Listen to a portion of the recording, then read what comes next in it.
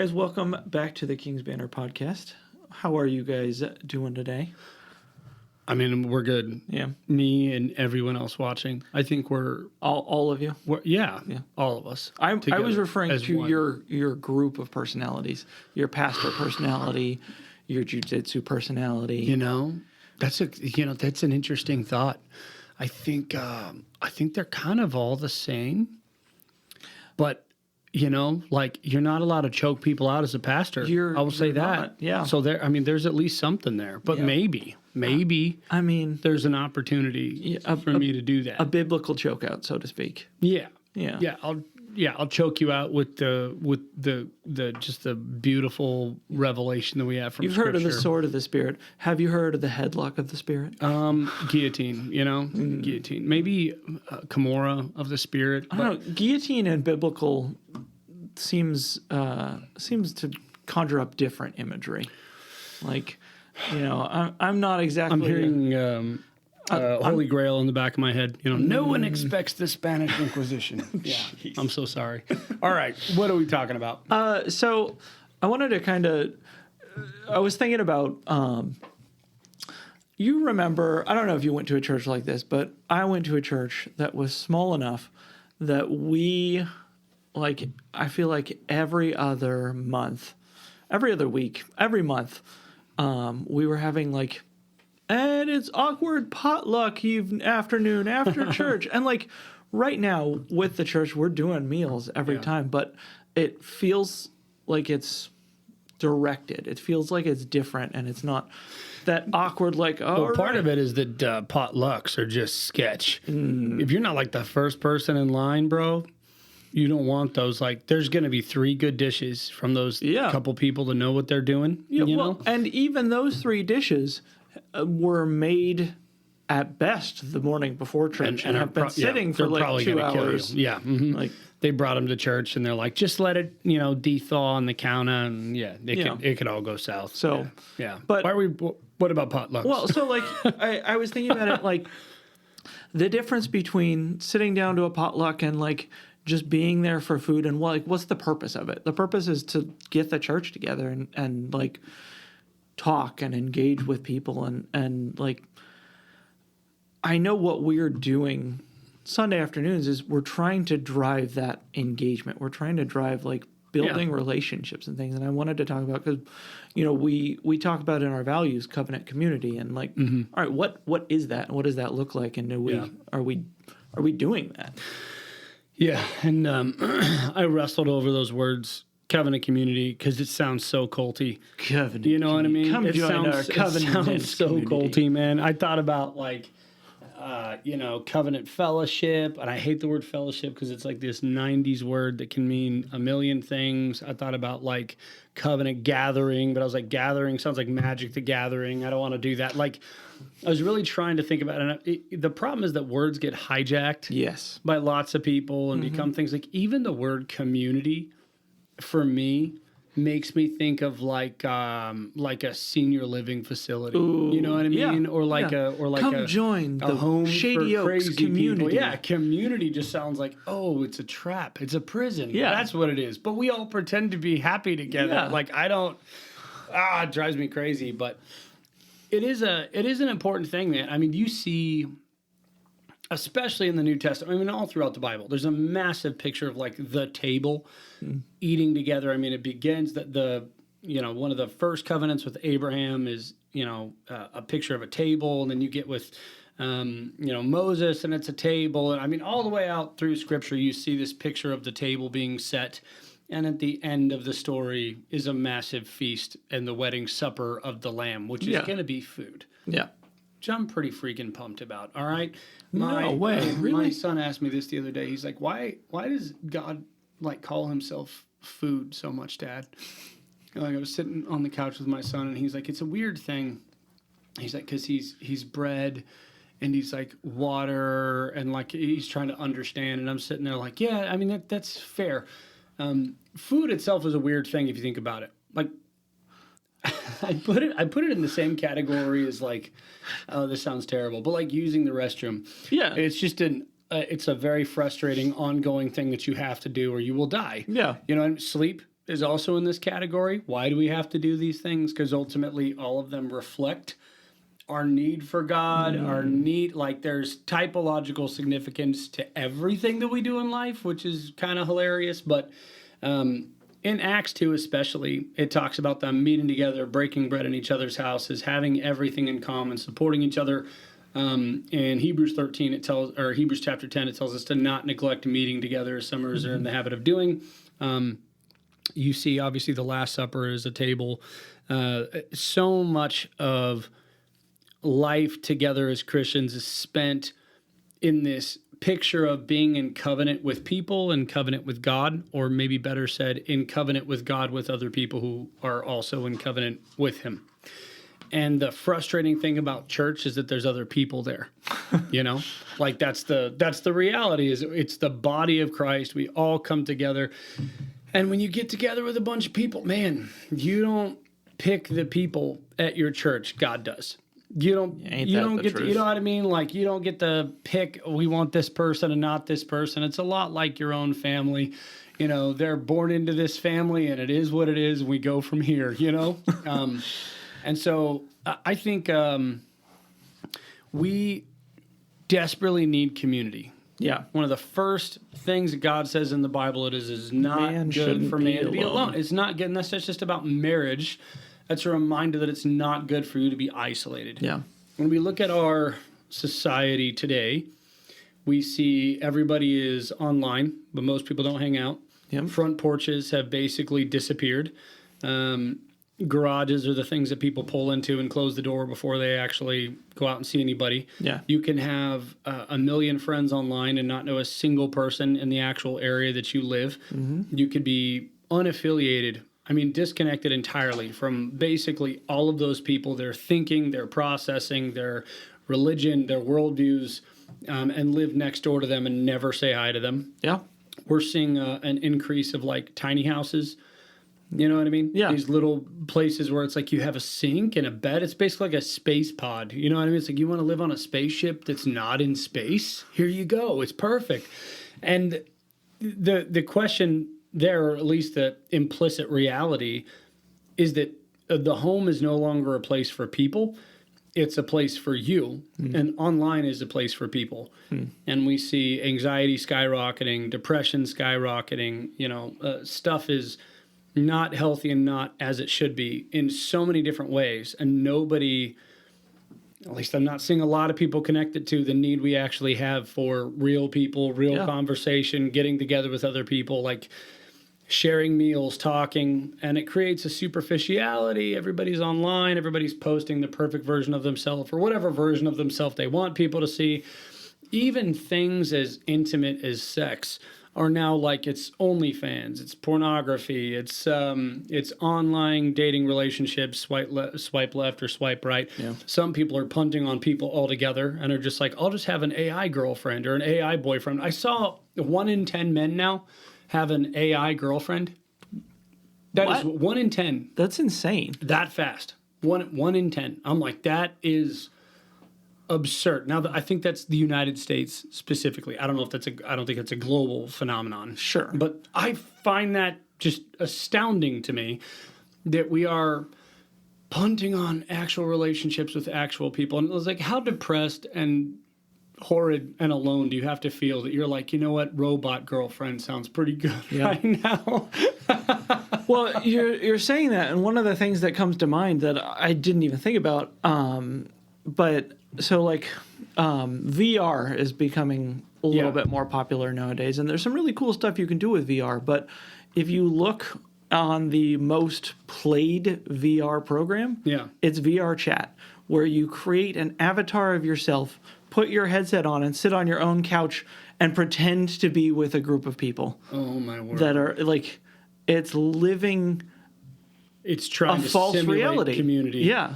With people that will never disagree with you and always get along with you. And as it's kindergarten. Yeah. We're back in kindergarten. You're in you're in kindergarten, but as with all things, you've got people who are doing perverse avatars or doing like crazy stuff. Of course. Like, and it's like, even the stuff we're building now, right? Yeah. Minecraft and Roblox and all these different places where I go to, Sims was it the 80s or 90s? The 90s. How many versions of Sims were there? Like 150 or something? Well, there are not that many, but then there's all the add-ons to them and everything. Yeah, And I so don't know. Yeah.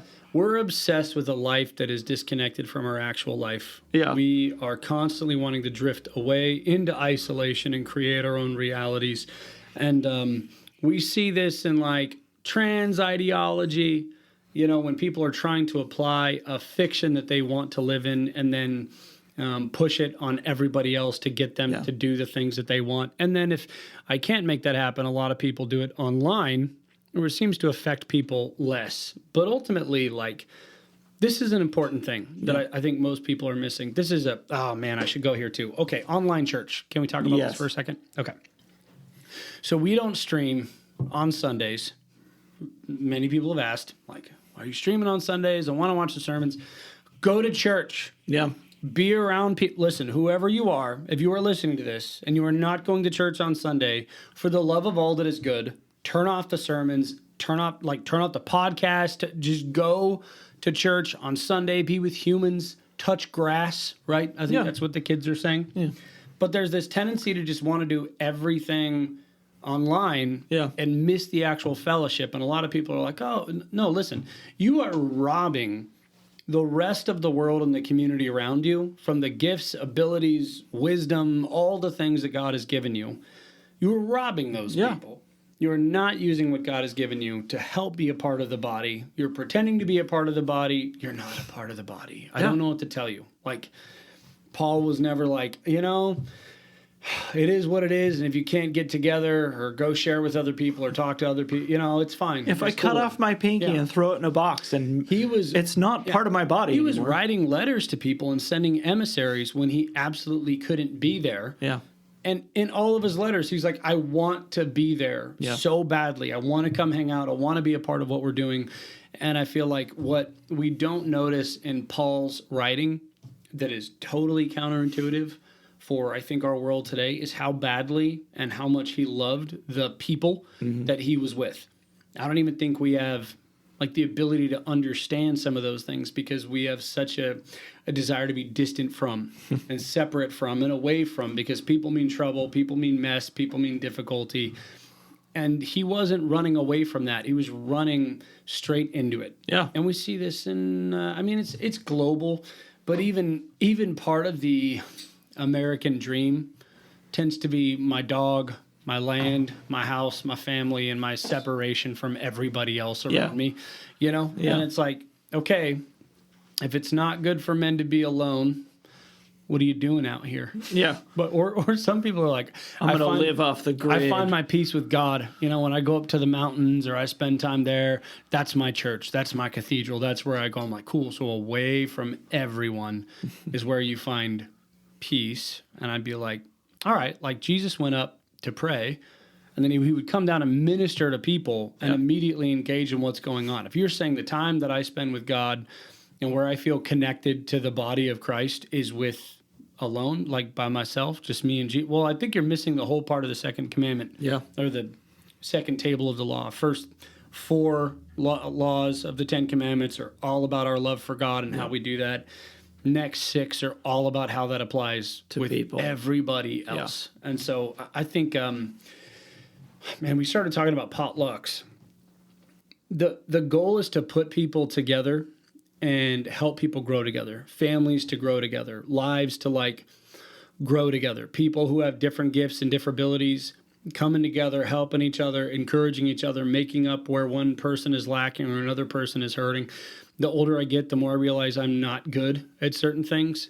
And I know the things that I am good at. And if you don't know the people that are around you, man, you're like, I don't know how people do it. I mean, I guess that's why they're reading self-help books. I don't need somebody else's book. I'll help myself, right? While I update myself on Facebook and Instagram and TikTok and whatever else and tell everybody my life is fine. I had my water main break in my backyard a couple weeks ago. You walk out, you know what I mean? You push the ground and it pushes back. You know what I'm saying? Like it was a water bed. Thank God I know a genius person who I just called, and I was like, bro, you got to help me. Buddy, help. You know what I mean? He's like, I'll be right there. He's like, I have the part actually with me right now. I'm like, why? Why do you have that part with you? Like, why is that? I know who you're talking about. And he just has it. He's just ready to go. Jumped in and chased it down and got it fixed. But I was thinking, like, man, how good is it when the church actually functions the way that it's supposed to? Mm-hmm. And our avoidance of people and desire to be away from people, I think, is just straight demonic, man. Yeah. We want to maintain some kind of selective sovereignty over our psychological comfort, our social comfort, maybe is the best way to put it. And the Bible is constantly telling us to deal with other people. And when you deal with other people, you're actually going to end up dealing with your own sin stuff. And when you deal with your own sin stuff, then you're actually better off and ready to equip and pour into more people. The whole portion of Ephesians chapter 4, God gave the apostles, prophets, evangelists, preachers, and teachers for the equipping of saints for the work of ministry. And then he goes into this entire thing about doing unity and life together until we all attain to the unity and the stature that belongs to the fullness of Christ, that maturity that comes with that. And it's like, you don't get that outside of community. No. You know? So when we say community, what we're actually trying to communicate is people who are being intentional about being around other people who are in covenant with God. Yeah. Covenant community. I'm not saying community for community's sake, because honestly, what's the point if you're not running the same direction? What's the point if you're not trying to achieve the same things? And I would actually say some community is not good at all to be in, and you should exit that community, because there's a lot of places that you can find community. I think about the classic sitcom Cheers. You get all these people coming to that bar, a place where everybody knows your name and is going to just let you continue to be a drunk the rest of your life. You just affirm each other's sin, right? Yeah. Well, and I think sometimes, man, I want to be careful about this, but like, so let's talk about the LGBTQ community for a second, okay? The Gestapo? Yeah, the Gestapo. They will be the first to welcome somebody in. Sure. I would say they are great at welcoming somebody in, helping them feel loved. They will affirm you in your sin problems and patterns and whatever else and tell you it's great, and like sin loves company, right? Yeah. I think there's a world of people who are looking for community. And if Christians live in such a way that they suck at community, I actually think a lot of people are going to find community in really bad places. Yeah. And what's hard is that I think a lot of Christians are kind of bad at it. You know what I mean? Yeah. Like, not all of them. There's a lot of people I think that are great at this, that are good at opening their homes and meeting with people and talking with people, but I would just challenge somebody, like, if you're going to church on a Sunday and you can't remember the last time you met somebody new, gave them your number, and grabbed coffee with them, what are you doing? Yeah. Like, you can watch a great sermon online or read a great sermon in a book. The point is for the community of faith to come around the teaching and that to inspire how we then walk those things out with the people that we're with. Yeah. You know what I mean? Like, let's actually do this together. Yeah. Let's walk together. Let's, I don't know, make disciples or something. It shouldn't be super complicated, but I will say it reveals all your sin. Like, people are not a problem. They're just revealing your sin. You know, just embrace that for a second and then grow. Yeah. Like, get better. Don't hide. How does it go? One of the lines you said when, you know, people talk bad about you, don't worry, you're much worse than they think you are. Yeah, Spurgeon. Yeah. If any man speaks ill of you, don't be upset with him. You're far worse than he thinks you to be. Yeah. Yeah, that's exactly right. We can be hurt by people too, but if you keep in mind, man, we suck. This is how we grow. Yeah. This is how we get better. Yeah. And so many people, what happens when you get hurt or frustrated? Like, let's just talk about church hurt for a second. Yeah. Somebody pisses you off. Something happened that wasn't supposed to happen, or didn't happen that was supposed to happen, and suddenly you feel totally vindicated and hiding.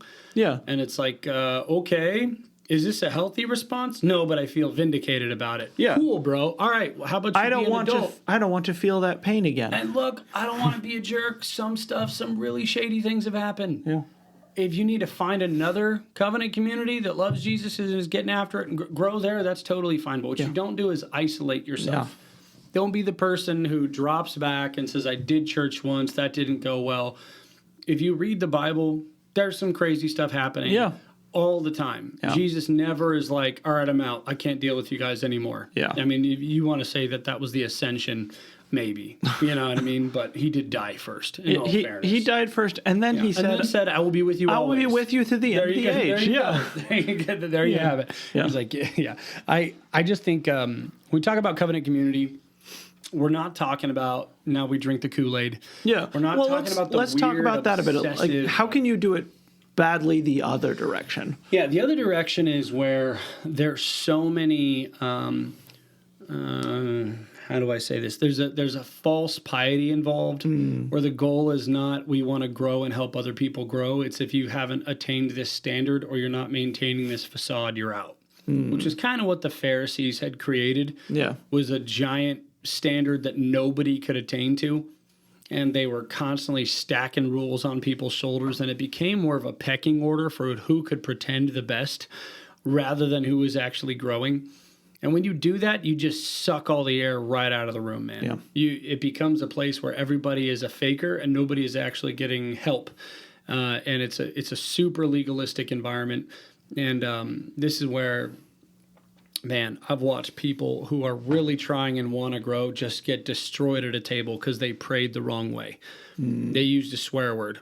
You know what I mean? And the whole table goes ice cold on them or treats them like they're an absolute piece of dog crap. You know what I mean? Like I've watched stuff happen. I've heard horror stories of these things. And look, those people need to grow. All of us need to grow. All of us are working towards a standard. But I would say this, and this is important, that what is preached from the pulpit is not the standard that is achieved in the seats. Yeah. Like they're different things. Like we're all under the authority of God. We're going to preach the authority of God. We're going to fight for this together. We're going to hold each other accountable. We're also going to stumble and make a lot of mistakes. Yeah. Well, and to your point about stumbling and making mistakes, my wife recently, just the past couple of days, told me a story. Well, she literally stumbled, for the record, and hurt her hip or something. Yeah. Right? Okay, well, she did do that. I was yeah. like, oh, wait, where are we going? Not that. No. So we were talking about. She had just listened to our last episode about biblical anthropology. Yeah. And she had said, one of the things that can happen is people who already know these things. Like she was appreciating that we had gone through it. Yeah. Because she's like, I just hadn't really thought about it. I didn't know. And she had in a church setting a while back, somebody had said, the trichotomy of the body, soul, spirit and all that. And she's like, well, aren't soul and spirit just the same thing? And not trying to do anything. You're just getting murdered immediately. But immediately it was like, oh, you're a heretic. Yeah. And it's like, she's like, and it shut her down. And it's like, so... I used to do this. I'm not going to lie. I used to be like Bible Answer Man. I'm not that guy. There's a place for Bible Answer Man, but it's not in the conversation session. Yeah. That's one thing. Yeah. But if you can be in a small group and man, you can crush anybody that says something the wrong way, doesn't understand the full concept. Yeah. I can't tell you how many times somebody has said where two or more are gathered in their prayer. And I just want to lose my mind. That whole portion of Scripture is about church discipline. Every time somebody says we're two or more gathered, I'm asking the question, who are we kicking out of the fellowship? What happened? But these things get set, and you'll walk past them. I can't imagine how many times Jesus just didn't say anything when the disciple said something really stupid. Yeah. We have a couple of times that he's like, you're being an idiot. Yeah. You know what I mean? You Get sons behind of me, Satan. thunder. You don't know what spirit you're from. Yeah, exactly. That kind of mentality. But you're telling me 12, rugged idiots who really didn't cut it, most of them, at least from different places in Jerusalem or Galilee or that area. You telling me that they were just nailing it all the time? Yeah. Either they were silent or they were making mistakes. Those were the two modes, except for Peter, who accidentally got it right a couple of times. You know what I mean? I think that's probably more what the church looks like. Yeah. And I think I brought this up before, but Jacob wrestled with God. Yeah. Right? He wrestles with God. God dislocates his leg or jacks up his leg in a way where the ligament's not right. And it says he walks with a limp. Mm-hmm. And we're supposed to be a picture. He's the patriarch. He literally is named Israel. The church is the chosen people of God are Israel. That's a whole other conversation for another time. Yep. But I want us to understand that the church has a limp because our tendency is to run. Jacob's tendency was to run from his problems. That's what he did. Yeah. He stole his brother's birthright, and he's out like he's kind of a coward. That's kind of who he is. His name Jacob literally means like liar, usurper. Like he's not as masculine and awesome as Esau is, and he's just kind of trying to make it work. Even the stuff that he does with Laban, if you guys read this story, he's like finding ways to scheme and make it work for him. And God's like, you know what? You're done doing that. You're done running. Yeah. You're done doing the thing that you've been doing. And so he walks with a limp the rest of his life. Yeah, it's funny, that imagery of walking with a limp, because we try and run, and God is the Lion of Judah. Yeah. The lion goes after the gazelle with the limp. Absolutely. You got the limp. Yeah, you're going down. I say this because I think sometimes we look at the church and we're like, how are we ever going to get where God called us to go? How in the world is he going to bring about everything that he said he would bring about through the church, which is just limping we're just gonna along? limp And it's like, along. in his sovereignty and goodness, he uses the foolish things of the world to shame the wise. Yeah. Like, yep, church has a limp. It's not perfect. If the church hurt you, I want you to know Jesus didn't hurt you. People who are part of this thing can be problematic and frustrating and irritating. Yeah. It's never an excuse to say I'm not going to go or be a part of this community or fellowship anymore. It's an opportunity to grow. Yeah. It's an opportunity to learn. It's an opportunity for other people to learn. But if you don't hang out with other people, I'm just telling you point blank, you don't get better. Yeah. You don't grow. Nothing cool is happening in your life apart from the grace of God and the ministry of the other believers in your life. And if you think there's like an asterisk in the Bible with your name on it where you can look later and it says, oh, this doesn't apply to me because this and this happened, you're just flat out wrong. Yeah. And don't get swayed by this culture that is constantly putting people in this false reality where we avoid people constantly because I've been hurt before, and now that's, oh man. And I could get into how like the word abuse gets thrown around so quickly now too. Yeah. They were abusive at this emotional church or it's abuse, like, dude, I or cannot biblical abuse is a real thing, but not the way that we use it today. Not the way we in the church, we don't use the word hate speech. We use the word abuse, and that tends to mean the same thing. You know what I mean? It's like it's the same language in Christian circles that's acceptable. I was just, they were spiritually abusive or whatever. And usually that means like I just didn't like what they said or the way that they said it. And they weren't empathizing with me in that moment. Yeah. They probably weren't. Yeah. They may not have done a great job. Yeah. That's what it's like to be around other people. Yeah. One of my favorite quotes in the entire Bible, I think it's Matthew 17. It might be verse 17, actually, as well. But Jesus literally says, how much longer will I have to be with you, you wicked and perverse generation? Yeah. Which is just like one of these reminders that even Jesus was like, I'm kind of sick of you guys. I'm kind of over it right now. Yeah. And then he says, because they're coming to him saying we couldn't cast this demon out of this boy. It's not working. We did it with all the others. It worked. And he says, bring the boy to me. He's like, okay, I'll do it myself. I'll do it myself. Right. Yeah. And I think there's times where we can be fed up and frustrated, but so much of the Bible is pushing us into fellowship, pushing us into community, reminding us where our heart is, where it's supposed to be, what we're trying to grow to together, that God put us in, according to Acts 17, in this particular geographical location with these particular people. Like, he placed you here in this time, in this place for a purpose. And we're like, you know what? I just don't like these people very much. These churches are full of hypocrites. Like, yeah, you'll fit in great, my brother. We have jackets. Come on in. But the purpose of this is the church, if you think about it, it's essentially a giant family. Yeah. All right? So a dad sits at the table with his kids. We're going to talk through stuff. Some of them are in great standing. Some of them need some work. Sometimes there's a little tension in the room. Sometimes it's totally fine and we're having a good time. Sometimes it's a time to be serious and we're having a deeper conversation. Sometimes a kid is laughing so hard that there's water coming out of his nose and the rest of us can laugh together. No matter what, this is happening. Yeah. And the Bible tells us the church is like a household because you can't be an elder unless you can manage your own household. Mm-hmm. Because he says, how will then he manage the household of God? Which means that a pastor is supposed to be like a father that is overseeing a larger household made up of households. Yeah. So when we get together and we're doing a meal, the goal is like, we're being a family. Yeah. You know what I know about families today? Most people hate their family. Most people have been incentivized and encouraged by the whole world around them that families are generally a bad thing. Yeah. And full of trauma. Yeah. And you should just do everything that you can to avoid those darn pesky families. You know what I mean? It's like also they're the bedrock of community. So there's that. It is wild. Of the things that are socially acceptable to just completely bash on are families, and like somebody saying, "Oh, I've got a mom like this." You know what it's like. It's like, "Oh yeah, those are the and just tearing apart your family. Like, oh well, my sister is one of those," and like, Yeah. Well, and it's socially acceptable. Yeah, it marks us. And I'm not saying there's not damage from families and crazy stuff that happens. There is. My point is that the goal with covenant community, churches, fellowshipping together, getting after it, is that we're growing and running towards Christ together in that process. It's not without meaning. Yeah. It's not without purpose.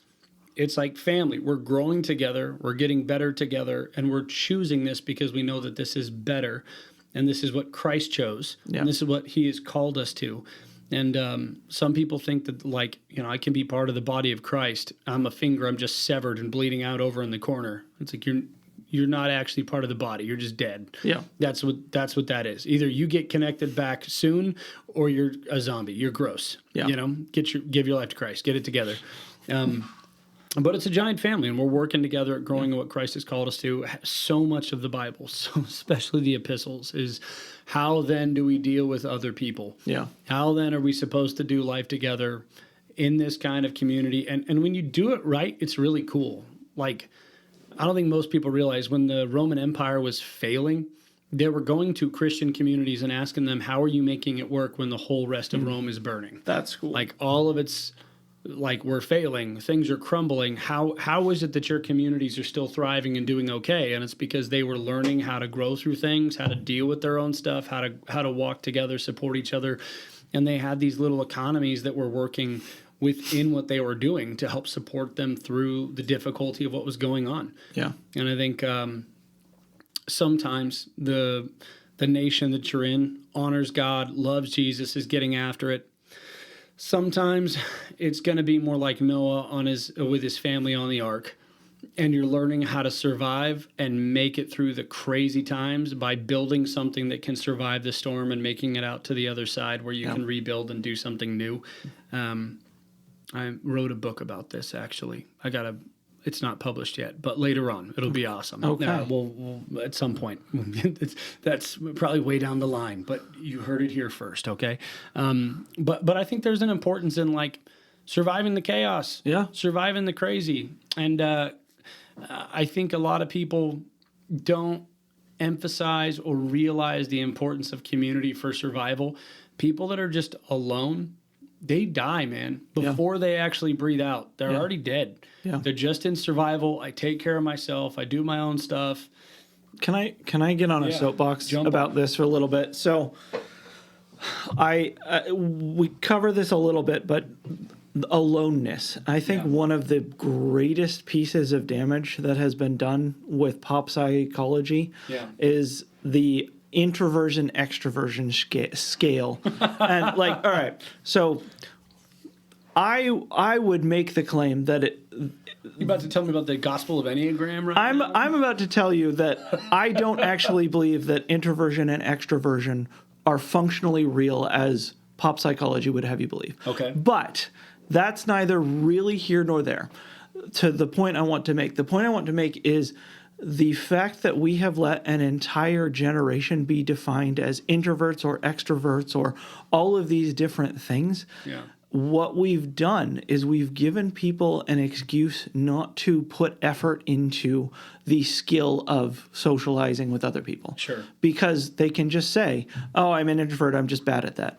Any other thing that you're just bad at, you can learn, you can grow in, you can accomplish that as a skill. Yeah. And we have let our culture tell us that that's not something you can grow in. That's just the way you are. I'm saying if I have a disposition, it's just the way I was just born this way. So now I'm going to marry a dude.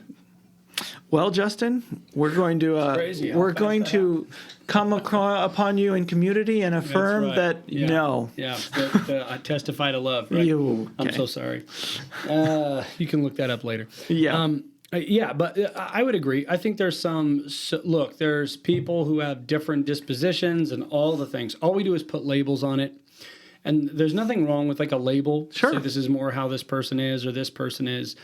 When it becomes a problem is when we use it as an excuse or a validation for not doing the things that I'm supposed to do or growing into what we're supposed to be and how we're supposed to function. Yeah. The Bible doesn't make excuses for people with a particular proclivity or tendency. Yeah. It doesn't. It's like, this is how you're supposed to live. These are the things to do. This is how it works. Now do these things. And we're like, yes, but Yeah. I'm different. To your joke about disposition, the Bible doesn't say a man who lays with another man shall be put to death, except if he really feels he was born that way. Exactly. Unless he had a previous disposition, and love is love, and so that must be okay. Yeah, and it's good because Leviticus 19:21 see what you did there, man, on the nose. or 21:19. Yeah. I think we are at a time and a place, man, where our psychological mumbo jumbo, if you want to just call it the Gnosticism that we live in today, which is the secret knowledge of self. Mm-hmm. If you really knew who I was or what I was going through or who I am and how I feel, you would just agree with me. And it's funny really that the people that say that are never willing to sit down and tell you about themselves, like actually engage in that community. Explain it. No, you know what I mean? Yeah. It's just it's this belief that if you could understand, you would agree with me, and if you don't understand, or if you don't agree with me, it means just you don't understand. And I want people to get this. You can understand where somebody is coming from and still disagree with what they're saying because they can just be wrong. Yeah. Hans Georg Gadamer, man, he's the father of ruining the way that we interpret literature. He talked about the fusion of horizons. He talks about how is it that you can know actually what one person is saying to another person. How is it that you can know? And his argument is something along these lines. You are your own person, and language is this strange thing, right? It's a social construct, and I see where this is going. Everything that I've walked through and understand, and the experiences I've had when I go to read what somebody else has written down. How is it that I could ever know what it is that they actually mean when they write this? And what's funny is that you could read what he's writing and you could ask the question, am I understanding what you're reading? Or is this a story about an elephant on a trampoline? Like he's writing something that sounds intelligent. And at the same time, he's refuting the very ground that he walks on. But he's the father of this kind of thinking, which is each individual person doesn't truly have the ability to communicate with somebody else in a way that they can fully understand. And so we're just trying to touch the horizons of our thinking to try to communicate the very basics, but we can never possibly understand the depth of understanding that somebody else has. How could we ever truly understand them? This is why when people write essays today in high school or middle school, or whenever you start writing essays, probably middle school, although maybe elementary. My kids were writing essays in elementary. Well, your kids went to a good school. It was a class. Yeah, anyways. They'll write, like, okay, you read this book or you read this thing. It's either a book report or an essay on a topic, and it's, what does this mean to you? Not what does the author saying, what was this article communicating. It's, what do I think it means? It doesn't actually matter what they meant. The significance is actually caught up in what you see and perceive it to mean in this particular circumstance. And think about what this does. It validates people in their own feelings. It helps them feel comfortable in creating their own world. And if somebody disagrees with them, it gives them the ability to retreat and say, you just don't understand. And that's why I think people hate the Bible. Yeah. Because the Bible is the thing that's saying, I do know. Yeah. You don't get a free pass. You don't get to say yes, but my circumstance, or yes, but my identity, or my, whatever it is.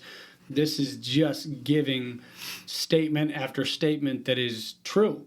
Yeah. And you have to deal with that. And if you don't like the light breaking into the pleasant fiction that you're, currently living out, you're going to run from that every opportunity that you can. And I think what we have with community today is a bunch of facades, these fake communities that people have built, where it's like, I don't actually, in fact, if I can engage with people as little as possible, and only engage with them in realms where I can create the perception of the identity or the perception of the circumstances that I want, this is actually something that will help me continue to feel good about this lie that I am sitting in a way where I can't be hurt by other people, or if the second that they try to shed light or call me out on something, I just click delete, swipe, whatever it might be, to avoid those things. When you can't do that, when you're in a community with a bunch of people you have relationships with. If you're actually in relationships with people, you actually love each other and want to walk with each other, it's valuable, and you don't want to lose it. So you actually have to work hard at fighting through these things and knowing each other and having to deal with one thing that I think is butting up against what somebody else thinks. And now we actually have to bring the Bible in and work through this stuff together. You have to deal with the fact that you might be offended and not be able to do anything about that other than grow. Other than be offended. Yeah. That's it's not a bad thing to be I offended. can't tell you the amount of times I've interacted with people in different internet circles or whatever, playing different games or something where I said something that was innocuous to a Christian, or innocuous because it was true, and yet it was something that caused them great offense. And instead of working past it, sometimes people work past it, but sometimes it's like, oh, well, that offends me, you shouldn't say it. And if I've ever said, well, I'm going to say it because it's true, I'm not actually... Jesus is really going to make you angry. I'm not actually going to apologize for something I haven't done wrong. People split. They run. They hide. And it's sad, because there's people that I'd love to continue to engage with, to build relationship with, to talk to. And we've created a culture where everybody can hide. Everybody can hide. You can functionally disappear, have your groceries and anything else you need delivered straight to your door, so you never have to come out. You can get health care to your house. People will come and visit you there. You'll have whatever you need can be done in such a way that as minimal people as possible can actually intervene in your life, the better. And we call it convenience. Right? I think community is not convenient. Growth is not expedient. It's all going to take time. And this is why so many analogies in the Bible are like vineyards and trees. The growth of a plant, like all the of it seeds. Is like, this is going to take time. We're going to have to grow together, and there's going to be wheat, and there's going to be tares, and there's going to be good ground, and there's going to be bad ground. And the goal is to walk together into something that actually looks like Christ, that represents Christ. When Augustine was talking about the Trinity, his one of his arguments for the Trinity is that God has to be a multiplicity before he's a singularity. Simply because he's love. God could be power and then be love if he created the other parts of the Godhead. But if he is love first, then what that means is there has to be a multiplicity. There has to be a Trinity first for there to be fellowship overflowing before anything else happens. And so what we see in the Trinity is the Father, the Son, and the Holy Spirit all eternally existing, one God, three persons. You could say one in nature, or one in essence, three in nature. If you want to, there's a million. There's a million different ways to try and say it. Go back to my Trinity. There's a million ways to say it, and no way to actually understand it this side of heaven. Yeah, I mean, you can draw it out. You can. You can logically get there. It's still not like, I don't know, comprehend is. Man, I'm trying to think of the right words there. Well, so like my point is, my point is, there's community there. That when Jesus is saying that they'll know us by the way that we love each other. Ultimately saying they'll see God when we love each other that way, when we're that fellowship and community and love is pouring out on each other in the way that we care for each other and do things, is huge, and should reveal God. What's funny is that our world, because it's so obsessed with the ether instead of the immediate community, loves the immigrant, loves the person that's on the other side of the world that they don't know, but they can read about from a distance and they don't actually have to be up close to and see and care about. They advocate for people and believe them to be saints and have demonized the people next door. Yeah. You know, we have this thing called the Ordo Amoris, like the order of loves that I'm supposed to have. And it's like God, and it's my family, and it's my church, and then it's the community around me, and then it's my own nation. Like, there's this picture of how God is saying, these are the priorities that you have. And we've almost flipped them on their head in a lot of ways. Well, I don't like God. I definitely don't like my family. They're the reason for all of my issues. I don't like my community because they're not doing the things that we should be. But who am I going to love? Well, the people that I don't know closely and I have no relationship with, I will project onto them my circumstance and then want to be their savior. Yeah. You know, and it's actually showed this, I think. There was a graph that was done with people on the right and people on the left. Yeah. And these two political mindsets. And the graph for the people on the right was like family, community, nation. Oh, it's that red, blue thing? Yeah. The people on the left, it was like everybody but us. Yeah. And I brought this up in our Honor Your Father and Mother podcast back when we were talking about the 10 Commandments. This idea that honoring your father and mother doesn't just mean your immediate family. It also has to do with your community and your nation and like having a desire to fight for those things and build strong communities. It is funny that if you have a super leftist mindset, your tendency is to be more online, more with the outskirts and project your idea of victimization on everyone else and save those people, but avoid it all at every chance you can, the people that are immediately in front of your face. Yeah. So look, churches are incredibly important. When I say churches, I don't mean just an event. Yeah. I mean people, meeting people under godly teaching, the love of Jesus, growing together in fellowship community, carrying each other's burdens, helping each other grow, whether we like how that feels or not, and sticking with it. Yeah. Like membership is this thing that a lot of people struggle with, but ultimately it's this thing where it's saying, okay, I'm going to stick with these people. Yeah.